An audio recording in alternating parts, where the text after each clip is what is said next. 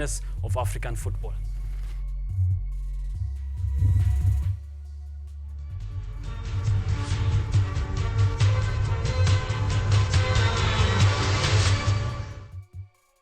Twende tena. Welcome to the show.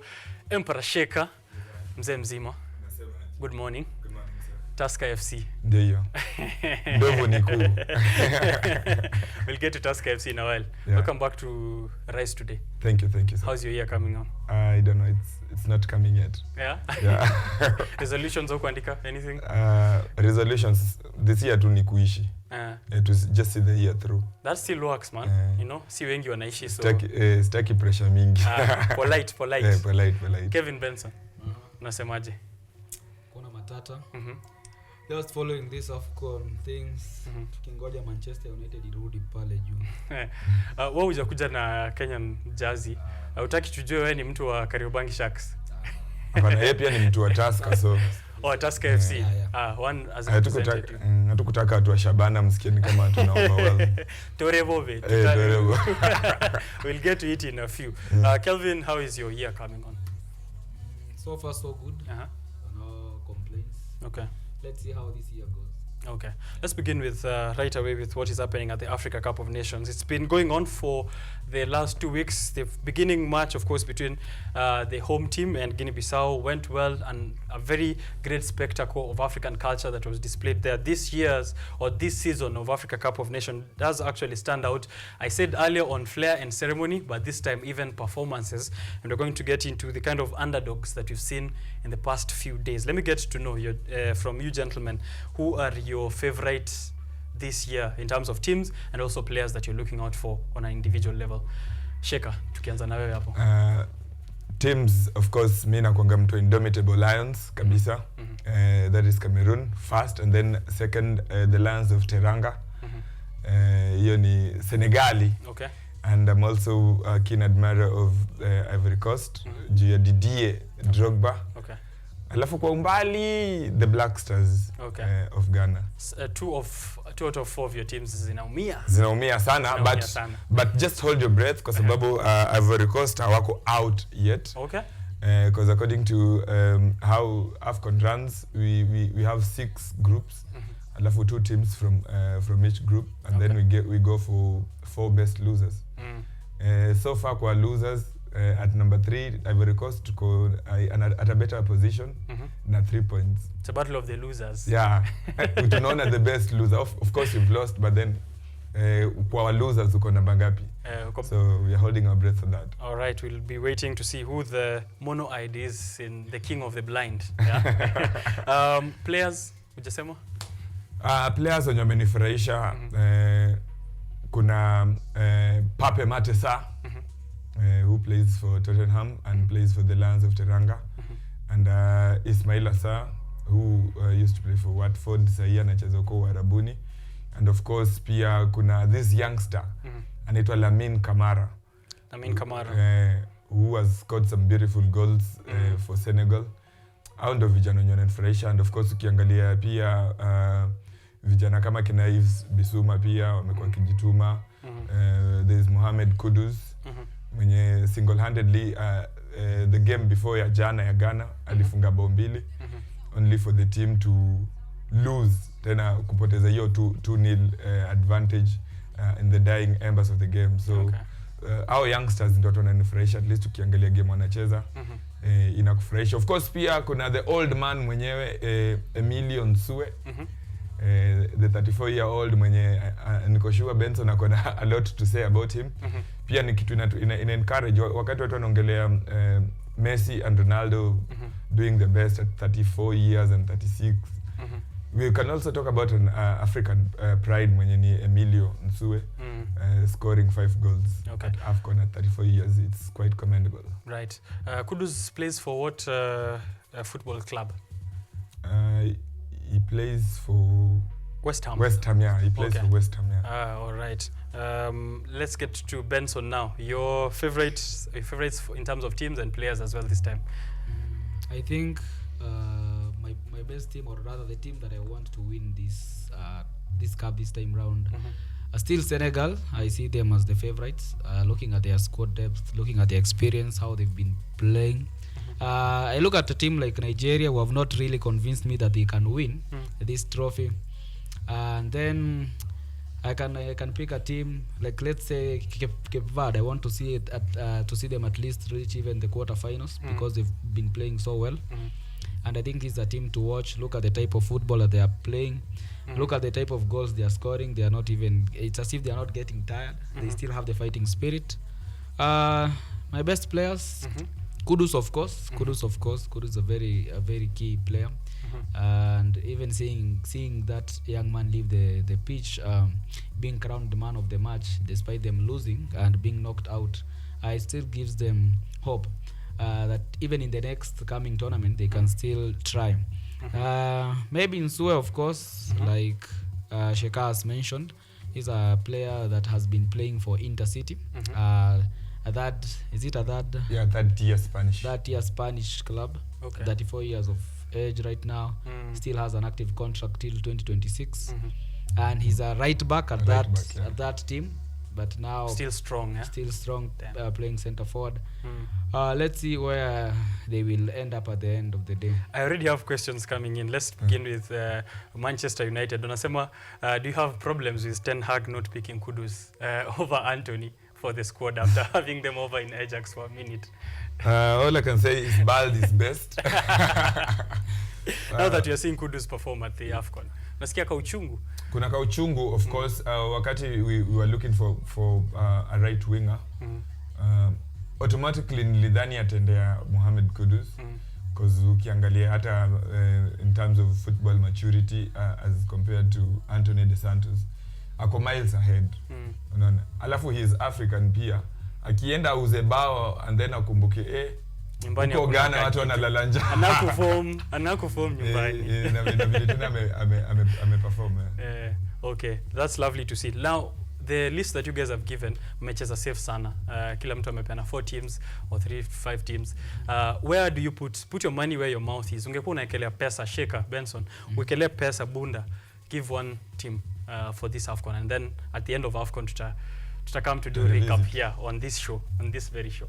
The Lions of Teranga, defending champions, and I think itakuwa the first time tukiona champions waki defend successfully. Of course kuna kuanga nayo kitu wanaita the defending champions curse.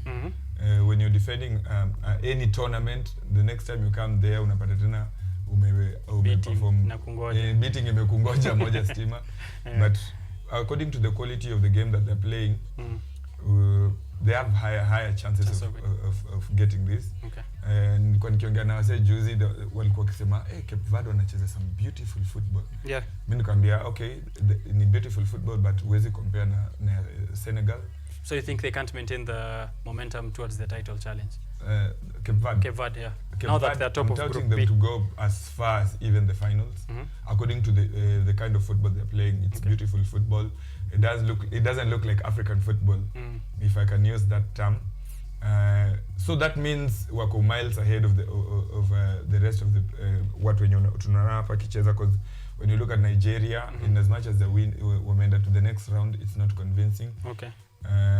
Maybe Egypt wako na ile fighting spirit and character in them, but si ati wanacheza the football you expect.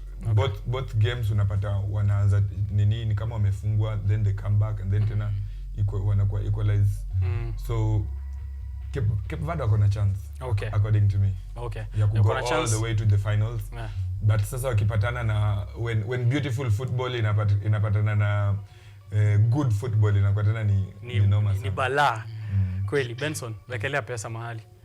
Of course, I'll still second Sheka here with Senegal. This is a team that I've watched even was it last year's tournament where they won the tournament.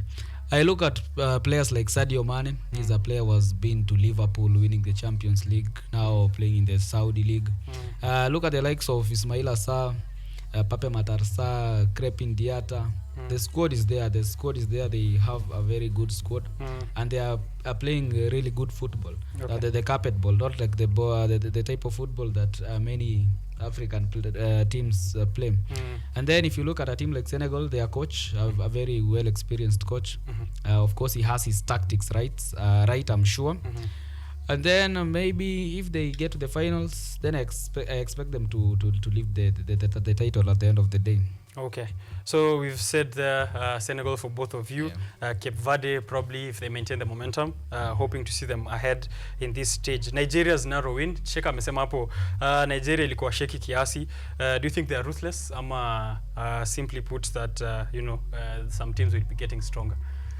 I think Nigeria, watching them play, the conversion rate is not very convincing. Yeah, 1-0 I think in a row. 1-0 Yeah. twice in a row, yeah. And if you have the likes of Victor Osimhen, this is a very good striker.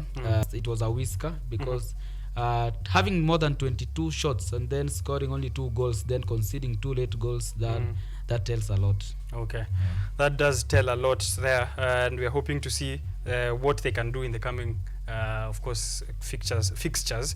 They're prepared for any other surprise results ambayo gentlemen mliona. Before I have questions on tactical trends. I know Sheka anakuanga very big on tactics, defense versus attack. I have just 1 or 2 questions. There any surprising performances, individual or as a team, that you guys might have noticed so far that you'd like to highlight? I think in this AFCON, the traditional maybe football royalty have been dealt a great blow.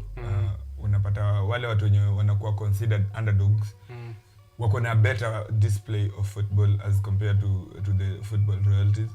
And I think it's a good thing for African football. Ukipata mwanafunzi anakuwa last this time amekuwa top 10 wakati mwenye anakuwa number 1 amekuwa number 9, it means kuna improvement sana kwa hiyo shule. So African football, as Motsepe had promised us, AFCON imekuwa very entertaining this time round. Okay. Now at least we are showing the world there's football in Africa. When the likes of Jose Mourinho are asking Africans to form their own league and play their own league instead of depending on Europe football and maybe American football. I think he knew what he was talking about. Yeah. There's a lot of talent. When you look at someone like Lamine Camara, that youngster from Senegal, amekuwa on the rise to akikuwa under 18 AFCON player of the tournament. Akikuja hapa sasa tena amefunga brace ingine hatari sana.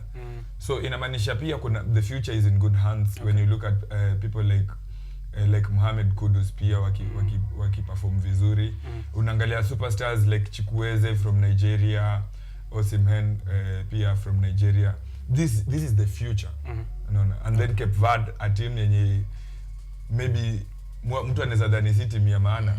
Sasa inacheza football yenye pengine unaweza enda kucompare na European football. It means a lot is happening. There's a lot of change coming in African football. All right. Just to still stay on that before I go on to the next point is maybe niulize Benson. There clearly we have a wealth of players ambao wako na skill and expertise to deliver the next frontier of African football for us. We know there's 2025 AFCON and also there's 2027 which will be happening huku kwetu. Do we have the necessary skills behind these players in terms of the coaches and the facilities to still deliver the future? Ama tutazima taa yao before hatufike 2027? I think if you look at the players that he has mentioned, of course, the likes of Kudus and the others who are coming into the limelight right now, they are players who you never even knew could score. Many people even never knew of Nsue or other players that are playing really well. And talking of these players, some are playing locally in their domestic leagues, and then others are playing internationally. And when you look at other players that are playing internationally, then you see they have the experience, and experience comes into place there. When you talk of a player playing at West Ham, that is Kudus. Of course, great coaching there, great pitch, and then he has the support. Look at a team that we have not talked about, like Tanzania. Even if they are being thrashed, making it to that AFCON is something that you should highlight. talk of them having policies, then implementing them and helping their national team to get to AFCON. Yeah. So if you are to give that type and kind of support to African teams, then expect to see good football.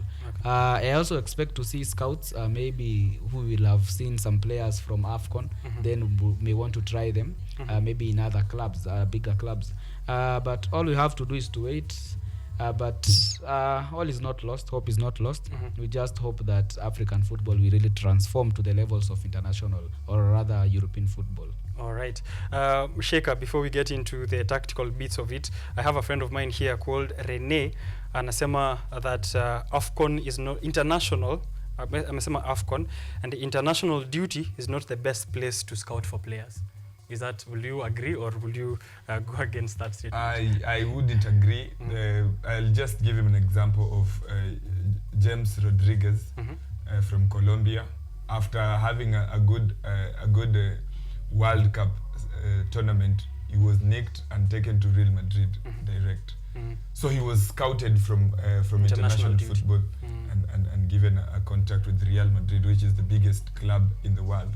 So I think this is a stage where teams can come and look for great players. Like if Manchester is now scouting for midfielders. If they go for Cote d'Ivoire's Fofana, I think they'll be in good hands. Or maybe they go for Pape Gueye, who plays for Senegal. Okay. All right, so in terms of defensive solidity and attacking flair, he mentioned that we are seeing carpet football, unlike what we're used to in African football. Which style do you think is going to win this tournament? Is it defensive or attacking, and which one, maybe particularly any team you've seen exemplify any one approach or either? I think in football it's all the same.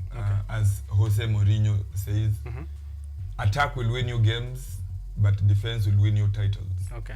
So I think the team that will defend best is the team that is going to win football, to win the AFCON. And that's why I think, in as much as Cape Verde is playing the best football in AFCON, if they meet with Senegal, we'll know that defense wins you trophies. Yeah. All right, superb. Here, just comments from Twitter on X, the platform formerly known as Twitter. Culture comes 4-0. Ivory Coast have disgraced themselves to perform like this in your home nation as one of the favored teams is insane. Proper embarrassment. And I want to pick that up with them being the host, because Kenya will be host to AFCON in 2027 in, of course, collaboration with our East African neighbors, Tanzania and Uganda. Charlie Fulani tweeted yesterday saying Ivory Coast, or is it caught and devoured? Or Cote d'Ivoire or caught and devoured. And devoured. Yeah, caught and devoured. Home team waliperform vibaya sana hapo jana previously, even after having a good start on the first match of this tournament. Kenya is preparing to be a host in 2027. Tumeongea mbaya kuhusu our neighbors the past 2 days. Tanzania kwamba wajui mpira, ni kuongea Kiswahili mufti tu na kuzama ndani ya giza na floods. Are we prepared ourselves as a host country? Do we have enough preparedness to host kwanza AFCON and also to participate vizuri, not as ile certificate of participation, ile kitu naona yenyewe tumeput in work? I can maybe begin with Benson. You should remember that Kenya, even it's not like it will qualify like a host nation. Yeah. So si ati tumepitia hizo group stages and everything. So our qualification comes as a host nation, and remember we are hosting it jointly. Is it with Tanzania and Uganda? Of course Kenya cannot host alone, sorry to say that. But we need time to implement even the stadiums renovations, because you look at the types of stadia that are being used there at Ivory Coast, and then you compare them at the types of stadiums that we have here. Although so far so good, we are really trying to renovate them, but to host AFCON, then it will be a big thing. As a host nation, the fans will be behind us, so we expect that Kenya will try. Of course, we have our local players and other international players who plays for other teams. Ivory Coast, I think, being thrashed and even at the verge of leaving this competition this early, it raised many eyebrows. And remember, they are the only team in history to do so, and they did also the same thing. I think it was in 1964-68. They still lost as a host nation, after losing 2 games in a row. Okay. And if you were to look at the squad that Equatorial Guinea used to beat Ivory Coast, then don't think they are underdogs. Look, we have mentioned Sue. The man that is right behind Sue, Jose Machin, plays for Monza. These are players who even have we have the qualities, just that many people don't know them. I think Ivory Coast underrated Equatorial Guinea and they were thrashed. And in football, that's a very bad thing to do. Okay. I have here Evans Kibet anasema, you guys mean Ivory Toast. So yeah, Ivory Toast lost, and as Sheikha has told us, they are not completely out, right? Yeah. We're waiting for the battle of the losers there. Kenya, are we prepared? As a fan of Tusker FC, we've been at a couple of games. Tuambie, unaona tuko ready football wise? Do we have the skills? Now also, do we have the necessary capacity to host football of that level? I think, first of all, in terms of capacity, we have one of the largest stadia in East Africa. Moi Sports Center Kasarani, with a capacity of 60,000.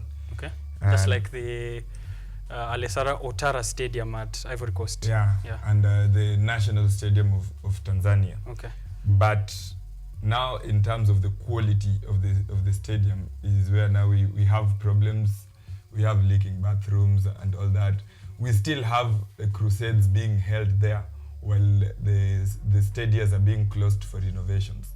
So I think we might have the good intentions of maybe improving our stadium, but we are going about it the wrong way, because there's no way we can lock up the stadium for renovations and still have time to host crusades in there. Those are not crusade spaces. If those crusades are happening, when are the renovations happening? Okay. You understand? Right. But in terms of talent, Kenya has a lot of talent, and I think the national secondary school games can prove much to this, and maybe the under 18 competitions can prove much to this. There's a lot of talent in Kenya, and I think many scouts are coming in Kenya to scout for Kenyan talents. Okay. But if you compare the preparedness of Kenya versus Tanzania versus Uganda, I think most people would prefer to watch the games in Tanzania and Uganda as opposed to Kenya. Okay. First of all, maybe just that fan culture in Kenya. A lot of people don't watch local football, especially in Kenya. Especially maybe in the city here in Nairobi, where we have one of the biggest stadia. You see, where people like to watch matches mostly is back in Kisumu and in Kakamega, and that's why the likes of FC Leopards have moved their home grounds from Machakos Stadium all the way to Buhungu Stadium, because they know in Western there's that fan culture. Okay. So we need to cultivate first the fan culture, and then be serious about the renovation of our stadia, and then after that the policies and how we guide maybe these talents from a young age to the top flight level. Okay. will improve much. Man, that's a lot of issues to Yeah, fix there's a lot. You'd be surprised to note that academies in Kenya are mostly owned by private individuals, and they are meant for the rich kids who don't have anything to do. When somebody like Richard has a son who is always on TV, and you want to punish him, you get him cleats, the boots, and you tell him, Go waste time there at the academy. That should not be the case. Yeah, inafaa kuwa priority. Speaking of talent and skill from Kenya, Kenyan JKUAT lecturer, referee Peter Waweru Kamaku. Yes. I was there at AFCON representing us. At least we have one person at AFCON. So Kenya iko AFCON. Inaonyesha tuko na the quality ya ku make it to AFCON. Okay. But tuko na few individuals when you're in those high spaces ama high places when you wataki kusaidia. Nilikuwa tu nikisema about a deal that Uganda, the FIFA Uganda Federation has spent with watu wanajiita Sports Media Limited. Wako na deal ya yenye inashughulikia Ugandan Premier League na the second division. Okay. Unaelewa? Na ni a lot of money. Unapata the UPL wanapewa $600,000 dollars. Unapata hii ingine second division wanapewa $70,000. In Kenya we had to wait for Tanzania's Azam TV to come in ndio iweze kutupatia adili rights. inaweza improve Kenya. Na tuko na the national broadcaster in Kenya. Sasa hiyo tulikuwa na deal na DSTV yenye na multi choice yenye hatujui hata iliendaje. So kuna a lot of policy issues in Kenya zenye pengine zinaturudisha nyuma, but in terms of talent and everything we are ready. Yeah, we are very ready. Hata ukiangalia the way tulikuwa tukicheza international friendlies, inaonyesha tuko na talent. We can do much, we have potential, but we have to do better. Okay. I'm informed here that Peter Waweru Kamaku is actually making a return to AFCON after officiating at the delayed 2021 edition in Cameroon. So that is Peter Waweru Kamaku, who is a Kenyan referee, officiating and did officiate Morocco and two-time winners DR Congo in San Pedro on Sunday. Benson, hapo kwa skills na regulations una ni yapi ya kusema, kwa sababu I know your mambo ya regulations na law hiyo ni mambo yako hapo. I really think in as much as we have good ideas, even when you are playing FIFA, you can create a chance. You will be told by the commentators the idea was right, but the execution was not right. So we have very good ideas. We suggest ideas. We have the FKF board. We have all these things. We have policies. We have people coming up with ideas on how to improve everything. But again, when you go back to the drawing board, you hear of players boycotting because of salary issues. You hear of Kenyan pitches being invaded. You hear Kenyan pitches being turned into what and what. So I really think in as much as we want to achieve all this, then football in Kenya should be taken very seriously. And that is something that has not been happening in the past. Watching teams play, I know many fans of Shabana like you. You are happy seeing your team playing at least. Yeah, man, finally. We have one or two individuals that are talented there, if not 3 or 4. So we have talent in Kenya. First, that's the first thing. Yeah. So if we are to grow these talents, then maybe motivate these players, pay them well, give them bonuses. If they've come for training, you don't know where they've been from, at least give them some allowance. When they achieve a certain level or a certain trademark that you wanted them to achieve, then reward them, motivate them. This will even make you feel like you're ready to play football rather. Yeah. So I think the government also needs to step up, and even as we prepare to host AFCON 2027, then these policies should be implemented, and they should be followed through. Because this Kenya to the world, this is a message that we'll be sending to the world in as much as how we will host the AFCON. Okay, very nice, gentlemen. Before I get your final remarks on anything that we'll have left out, let's speak about today's games. Gambia, Cameroon today at 8. Guinea, Senegal today at 8 as well. Mauritania, Algeria, and then Angola, Burkina Faso at 11. Tomorrow, Namibia, Mali. Tomorrow, South Africa, Tunisia. Tomorrow, Zambia, Morocco. Tomorrow, Tanzania, DR Congo. What do you guys have to say about the upcoming matches? Sheka, anything, any surprising turnouts or anything people should watch out for in the matches? Kama 6 za wiki zimebaki. Kama ni 8. Cameroon, Gambia, of course, kama a huge fan of the indomitable Lions. Naona ni an important win yenye tunafaa tukue nayo. Ukiangalia team kama the Scorpions of Gambia, hawana bao wala pointi in the AFCON. So it should be a walk in the park for Cameroon if Rigobert's song plays his cards right. Also if they don't repeat their previous loss. Walituangwa proper. But unajua walikuwa wanacheza na machampe bana. They were playing with the Lions of Teranga. Okay. Those are not equal to any team, maybe just Cape Verde. Okay. So it was an unfortunate event. Mimi kama fan wa timu zote mbili nilikuwa nashangilia tu timu. Nashangilia bao yote tu inaingia. Nikiona Castillejo amepiga header na furahia, nikiona Mane amezika ya mwisho unafurahia bado. Nice.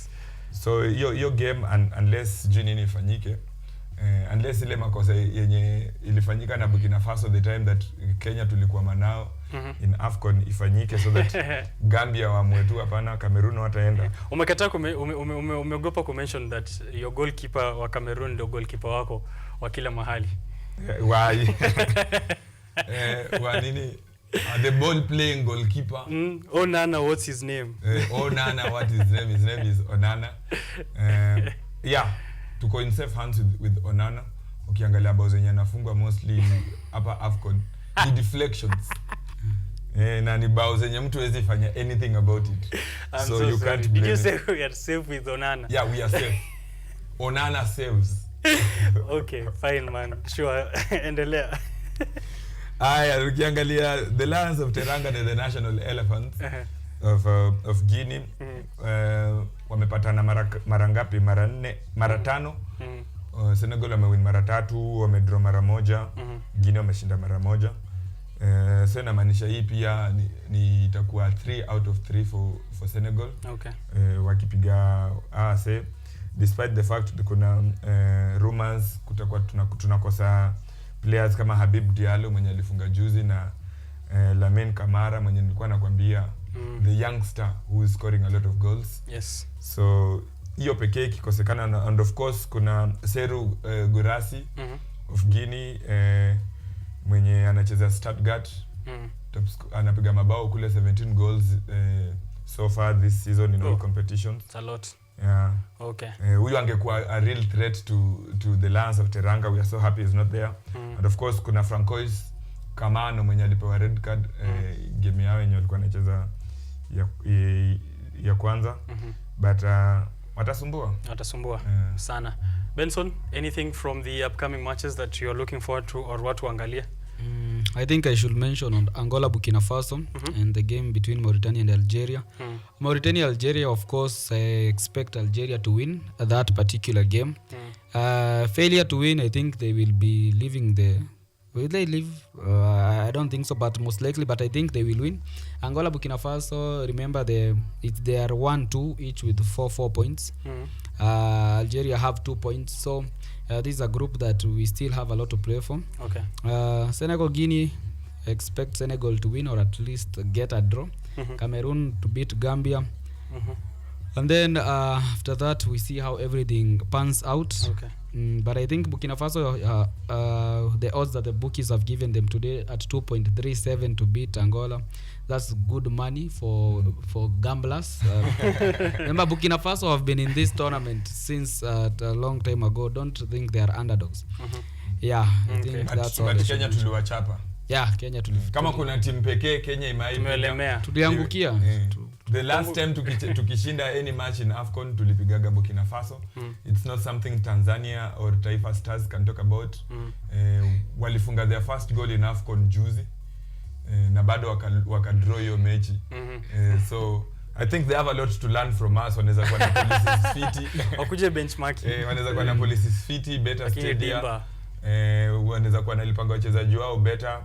Wanalipa watu close to 2 million in Tanzania. Okay. So hapo wanatushinda, but when it comes to kujua ball, they have a lot to learn from us na pia kizungu. But I expect them to beat DR Congo, Tanzania, of course. Oh, you do? Tomorrow. Why is that? I just want them to win at least. Let them just win. They can't. DRC Congo. There are teams in this competition with more goals than TZ's accumulated goals over the AFCON campaign ever. Yeah, like 7 appearances, 1 Wakona goal. moja? Okay, wakona moja.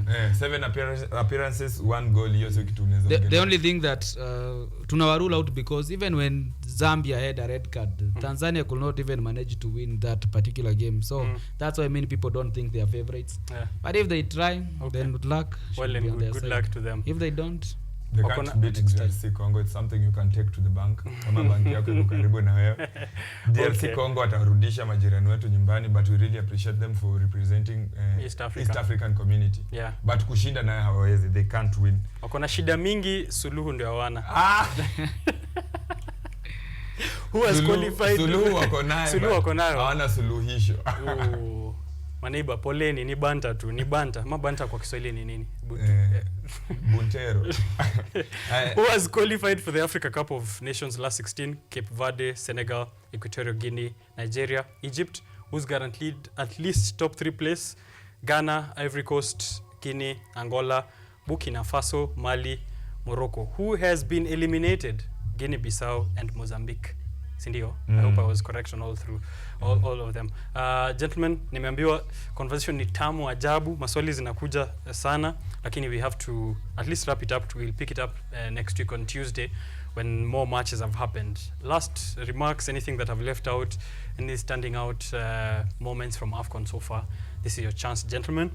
Alafu shika plug pale Dimba Desk. Watu waendelee conversation baadaye.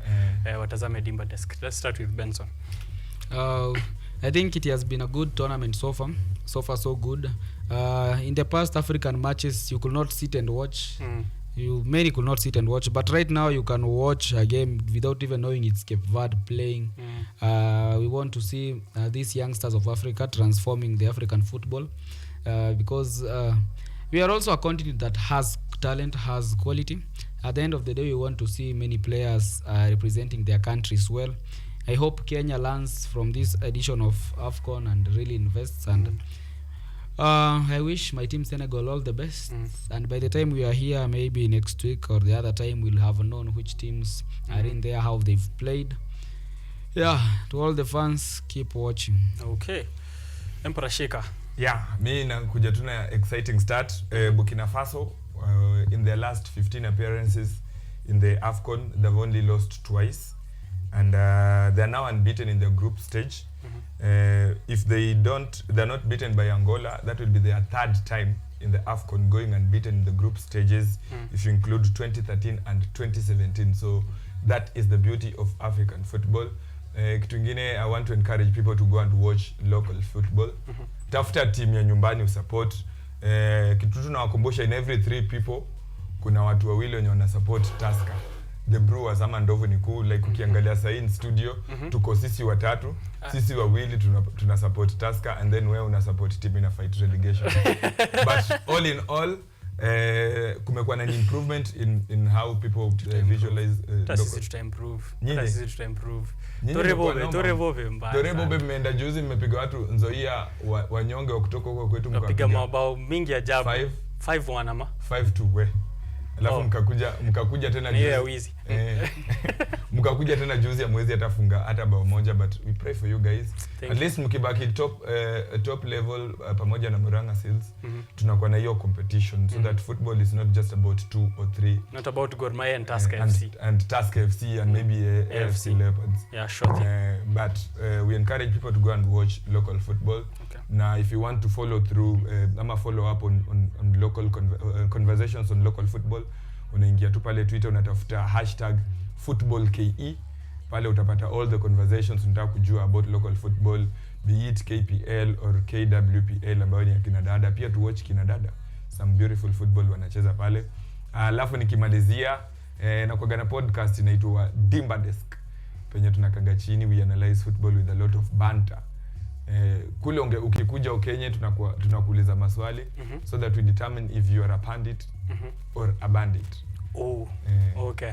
So tukikuuliza swali and then utujibu wrong, tunakudeclare a bandit. When you bandit. Sawa. So tafuta siku ukuje kule, tuone kama you are a pandit. If I know ball, yeah. Do you know ball? By the way, there's a segment called Who Knows Ball. So we ask you, do you know ball? If you don't know ball, then you're a bandit. Thank you very much. Kana pale on YouTube at 254 CMG TV. Ndio penye tunafanya mambo yetu. Okay. Dimba Desk also gave us Manuel Shegel last week on Tuesday to discuss na mpira hapa.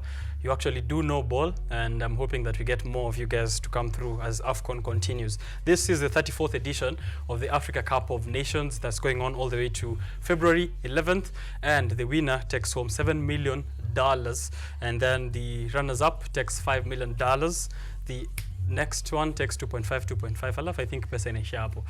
So we are going to see who wins it at the end. The gentlemen here on the show are betting their stakes. They're putting the stakes on Senegal and hoping that the defending champions get to take it home. But kuna underdogs hapo so far performing really nice, Cape Verde. So we're going to look out for them and the matches that are happening. Next week on Tuesday, we are coming back again for the business of African football here on Biashara Tuesday. AFCON analysis will continue. Thank you very much, Emperor Sheka and Kelvin Benson.